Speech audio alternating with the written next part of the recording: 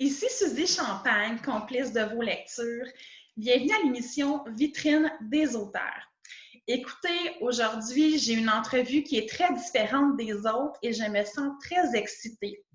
En fait, j'ai une invitée spéciale, une lectrice québécoise assidue, Madame Lucie Bernier, fondatrice d'une page Facebook qui s'appelle « Pour l'amour de mes lectures ».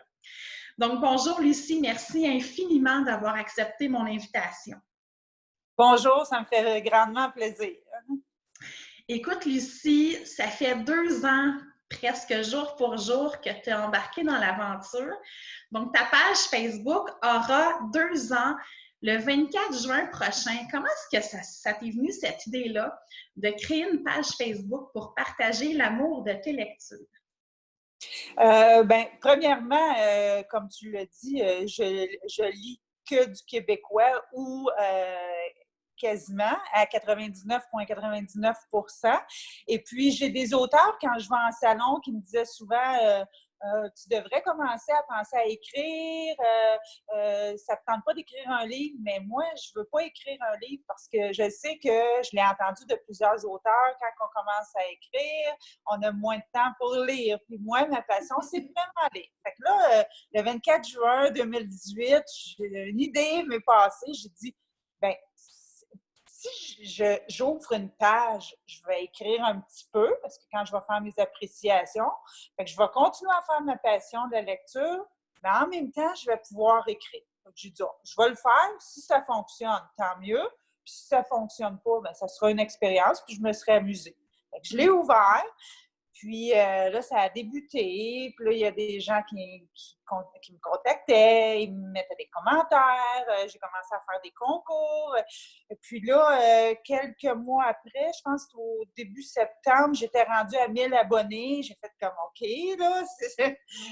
Puis là, j'ai commencé à contacter des maisons d'édition que je côtoie durant les salons, puisque je fais plusieurs salons durant l'année. Et puis là, j'ai commencé. J'ai dit, avez-vous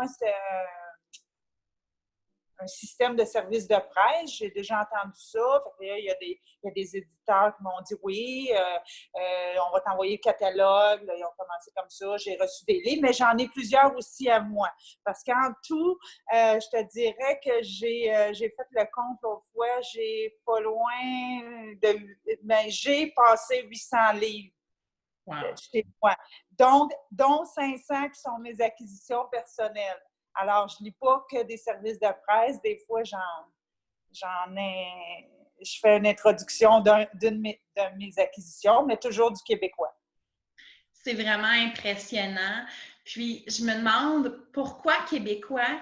Qu'est-ce que tu trouves dans la langue québécoise, dans la richesse de notre peuple? Qu'est-ce qui t'attire dans les livres qu'on publie? J'ai souvent lu anciennement. Je lisais du québécois, mais je lisais autre chose. Puis à un moment donné, j'ai plus arrêté de lire parce que j'avais un problème. En tout cas, je n'étais plus capable de me concentrer. Je n'avais plus aucune concentration. Puis, en 2013, j'ai découvert, je lisais du québécois avant, mais je lisais aussi de l'étranger et tout. Mais en 2013, quand j'ai recommencé la lecture, c'est grâce à Nathalie Roy. Parce que c'est ça, je lisais beaucoup moins parce que c'est ça, je n'arrivais plus à me concentrer. Et puis, là, j'ai vu en librairie le livre, voyons, je vais vouloir dire les... Charlotte Lavigne voyons, parce que je veux le dire. La vie épicée de Charlotte Lavigne. Excuse-moi, de Nathalie Roy, oui. Et puis là, j'ai lu ça, et là, le déclic s'est fait. Là, mais après ça, j'ai lu que québécois, parce que je me suis dit, les auteurs québécois, il faut qu'ils se fassent connaître parce que ils sont tellement bons. On n'a pas à envier les autres. Moi, j'ai plus à envier les autres pays ou les autres places. Moi, je le trouve, mon bonheur, je le trouve ici à cause de ça, justement, parce qu'il y a trop de talent, il y a trop de diversité, on en a pour tous les goûts. C'est ça. On a vraiment une richesse au niveau du terroir québécois, autant Oui. que le terroir gastronomique que le terroir culturel en général. Évidemment, c'est une belle façon, je trouve, que d'encourager nos auteurs locaux, surtout en cette période de déconfinement et de relance économique. Quand Oui. on choisit un livre québécois, on choisit notre culture, on choisit notre peuple, on choisit notre richesse à nous, mais on fait vivre aussi les auteurs et les maisons d'édition qui en arrachent énormément en ce moment d'ici, et ça, c'est important, là. Oui, surtout que tous les salons sont annulés. Ça, c'est une grande tristesse parce que moi, j'étais supposée d'aller à celui de Québec, celui d'Abitibi, celui de Trois-Rivières, celui du Saguenay, celui de l'Estrie. Là, il me reste le Montréal que je croise les doigts fort. Je le croise. Non, c'est pas évident. C'est pas évident pour les auteurs, pour les éditeurs, mais pour les lecteurs aussi, hein, parce que Oui. les salons du livre, c'est vraiment ce qui nous rapproche de nos auteurs. On peut avoir une vraie conversation avec nos auteurs. Et moi, à titre d'auteur, j'ai fait le salon virtuel du livre au mois d'avril. J'ai trouvé ça très intéressant, mais c'était pas la même chose. Évidemment, c'était pas la même chose que d'être dédicacée et de parler à mes lecteurs. Évidemment, ça me manquait beaucoup. Toi, tu publies où? Moi, j'ai ma petite maison d'édition, donc je publie au sein d'Escapade Réki Bonheur. Mais donc, c'est ça. C'est toujours intéressant de rencontrer nos lecteurs en personne. C'est pas la même chose, le salon du livre Ah virtuel. non, ça c'est sûr. Ça c'est sûr. Oui. Moi, mais alors, c'est pas l'effervescence. L'effervescence qu'il y a dans un salon, c'est pas. On peut pas l'expliquer. Il faut que tu le vois. Souvent, il y en a qui me disent pourquoi tu vas passer des journées là? Parce que moi, je suis là du début, quand le salon part, à la fermeture, ou la fermeture, quand je suis à l'extérieur, c'est sûr, je repars un petit peu plus tôt le dimanche. Mais ils disent tu regardes des livres non, je regarde pas des livres pendant 5 jours. Je jase avec les auteurs, je vais voir les animations, je fais des découvertes, mais il faut le voir pour comprendre. Justement, aujourd'hui, tu es une passionnée de lecture. Tu aurais pu nous en présenter 80, c'est certain. Mais Oui. tu as 3 coups de cœur. Donc, tu as de la jeunesse, puis tu as des livres plus pour adultes. Est-ce que tu peux nous présenter ton premier coup de cœur? Oui. C'est un coup de cœur que j'ai lu parce que pendant la pandémie, j'ai lu des albums avec l'autorisation des maisons d'édition que j'avais contactées. Plusieurs albums. Puis celui que je vais vous présenter, là, c'est un bijou. Moi, c'est Bérénice ou La fois où j'ai presque fait la grève de tout de Catherine Trudeau, la comédienne. Et puis, l'illustrateur, c'est Cyril Doineau. C'est une jeune fille qui n'aime pas son nom, puis elle décide qu'elle va faire la grève si ses parents ne veulent pas lui autoriser à changer de prénom.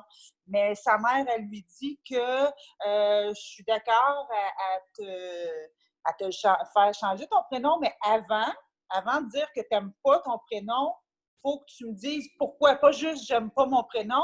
Essaye de savoir d'où vient ce prénom, pourquoi que j'ai été inspirée de te le donner. Et puis après ça, si encore là, tu n'aimes toujours pas ton prénom, là, on décidera de te le changer. Donc, elle fait la recherche, elle s'aperçoit que c'était un personnage du roman préféré de sa mère qui était La vallée des avalées de Régent Ducharme.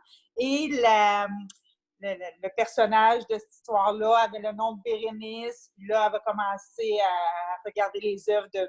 Ducharme et tout. Et c'est super le fun, ce livre-là. C'est autant pour les jeunes, mais même j'avais écrit dans mon appréciation de 9 à 99 ans parce que c'est comique, c'est une belle écriture, c'est vraiment amusant. Donc, c'est vraiment un livre qu'on peut apporter avec nous durant notre tour du Québec cet été.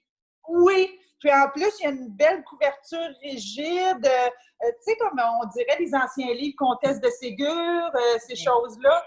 Oui, il est vraiment... et c'est chez les éditions La Bagnole, avant que j'oublie de le nommer. C'est aux éditions La Bagnole. Ensuite de ça, mon autre coup de cœur, c'est celui de l'auteur qui m'a fait réapprendre pas à lire, mais à redécouvrir la lecture en 2013. C'est Nathalie Roy. J'ai choisi Janvier aux éditions Libre Expression. C'est ce roman-là, c'est un super beau roman. Il est touchant parce que le personnage de Lily, son père lui annonce qu'il a décidé de... Il a choisi janvier pour prendre l'aide médicale à mourir. Alors, quand il lui apprend, ils sont en octobre, alors il lui reste que quelques mois. Fait qu'elle, elle va avec son fils, parce qu'elle a un fils de 14 ans, elle va faire les derniers moments avec son père. Alors, ils vont pouvoir avoir un dernier Noël, les derniers soupers. C'est sûr que c'est spécial parce que tu sais l'heure que ton père va te quitter, sauf qu'au moins tu peux vivre les derniers instants intensément. Et ce roman-là a été basé un petit peu sur le propre vécu de Nathalie Roy, parce que son père, un ancien journaliste, Guy Roy, avait demandé l'aide à mourir en janvier 2019. Alors, elle, son deuil, elle l'a vécu un peu à travers l'écriture de son livre et c'est un excellent roman. Alors, j'ai choisi Janvier chez Libre Expression. J'imagine que ça doit être assez émotionnel de lire ça, hein, parce que malheureusement, c'est quand même d'actualité. Donc, oui. Il y en a qui sont en train de prendre cette décision-là au moment où on se... C'est émotionnel, mais c'est beau en même temps parce qu'elle a mis des... C'est sûr qu'à la fin, c'est touchant, là, parce que veut pas, oui, c'est émotionnel. Mais tous les beaux petits moments qu'elle a mis, ça fait que la lecture est douce. Tu sais, c'est pas quelque chose de... tu sais, tout le long, c'est profond. Puis non, ça nous fait passer un très beau moment malgré le sujet traité. Oui, merci. Et bienvenue. Et pour mon dernier, c'est un livre de chez Urtubise, écrit par Anne-Marie Loeb, qui est « Veux-tu une gomme? » C'est intriguant comme titre. Comment? C'est intriguant comme titre. Oui, il est drôle, puis le livre est quand même assez amusant, et puis il est coloré. Je l'ai lu il n'y a pas longtemps. Anne-Marie Loeb, c'est quelqu'un que j'ai rencontré dans un salon. J'avais lu son premier livre, et puis on s'est revus au lancement de ce livre-là. C'est vraiment une bonne personne, une belle auteure. C'est ça, elle est colorée. Et puis, Veux-tu une gomme? C'est la vie d'une jeune journaliste qui... oups, attendez, je ne veux pas me tromper. Oui. Elle étudie en journalisme. Excusez, j'ai dit une jeune journaliste. Et puis, elle marche toujours, mais tu sais, elle est dans l'une et elle a toujours le don de se mettre le pied sur une gomme. Et puis, à un moment donné, elle rencontre... en se mettant le pied sur une gomme, et elle se lève la tête et il y a un jeune homme qui lui adresse la parole et elle se met à lui parler, mais elle ne lui demande pas son nom et tout. Ça passe, elle s'en va, il s'en va. Elle parle de ça à ses deux amis. Elle l'appelle Monsieur Chewing-Gum. Mais M. Chewing-Gum, tout au long de l'histoire, va toujours revenir dans ces choses, mais toujours par hasard comme ça. Et je vous en dis pas plus, je vous laisse le découvrir. Et ce qui est merveilleux, c'est que le 7 juillet prochain, la suite sort. Et ça va s'appeler « Veux-tu une lime? » Alors, ça aussi, ça risque d'être estival, là. Alors, c'est ça. Chez Urtubise, Anne-Marie Loeb, Veux-tu une gomme? Et c'était mes 3 coups de cœur. Bien, merci beaucoup, Lucie. Ce fut un agréable plaisir de découvrir ces 3 auteurs-là avec toi et ces 3 livres-là. Puis, je te souhaite énormément de succès et bonne lecture pour la suite de l'été. Puis, si les gens veulent te suivre sur ta page Facebook, est-ce que tu peux nous rappeler le nom de ta page pour ceux et celles qui veulent te suivre? C'est Pour l'amour de mes lectures.